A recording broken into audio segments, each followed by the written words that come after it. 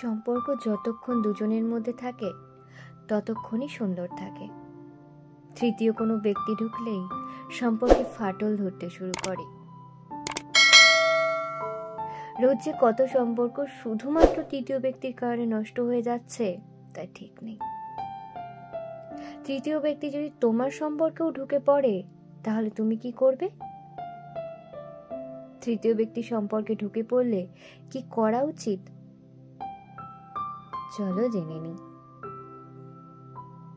তার আগে বলে রাখি, যারা যারা এখনো আমার চ্যানেলকে সাবস্ক্রাইব করোনি তোমরা প্লিজ আমার চ্যানেলটিকে সাবস্ক্রাইব করে দিও। সম্পর্কে তৃতীয় ব্যক্তি ঢুকলে সবার প্রথমে নিজের পার্টনারের সঙ্গে কথা বলো।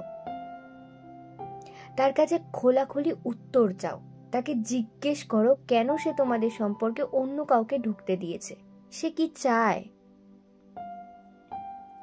সে যদি তোমায় ছেড়ে তার কাছে থাকতে চায় তাহলে আর দেরি করো না, বেরিয়ে এসো তার থেকে। যে তোমায় ছেড়ে অন্যের কাছে ভালো থাকতে চায় তাকে অন্যের কাছেই ভালো থাকতে দাও। সম্পর্কে তৃতীয় ব্যক্তি ঢুকলে সেই তৃতীয় ব্যক্তিকে যত তাড়াতাড়ি সম্ভব বের করো নিজের সম্পর্ক থেকে। যে কোনো সম্পর্কে তৃতীয় ব্যক্তি বাইরের হয়, আর কখনো বাইরের কারো জন্য নিজের সাজানো সম্পর্ক ভাঙতে দিও না। যার ভুলেই হোক তৃতীয় ব্যক্তি যদি সম্পর্কে ঢুকে পড়ে তবে দুজনে মিলে সেই ভুলটাকে শোধরাও। নিজেরা এক হয়ে ওই তৃতীয় জনকে সম্পর্ক থেকে বের করো। দুজনে যদি এক হও তবে বাইরের কোনো তৃতীয় ব্যক্তি তোমাদের সম্পর্ক ভাঙতে পারবে না।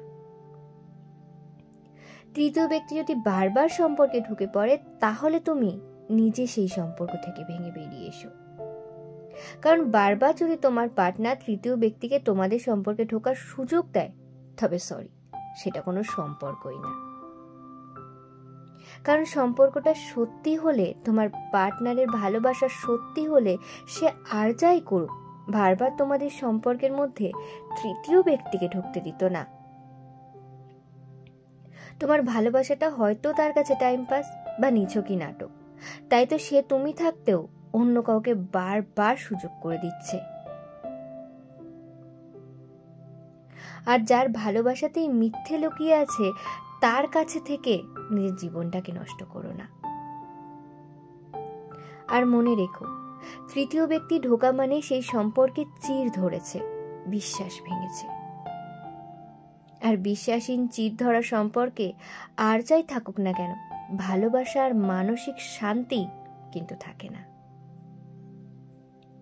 আর একবার যদি কেউ বিশ্বাস ভেঙে তৃতীয় কাউকে আনতে পারে তবে ভবিষ্যতেও যে সে এই একই কাজ আবার করবে না তার কিন্তু কোনো নিশ্চয়তা নেই।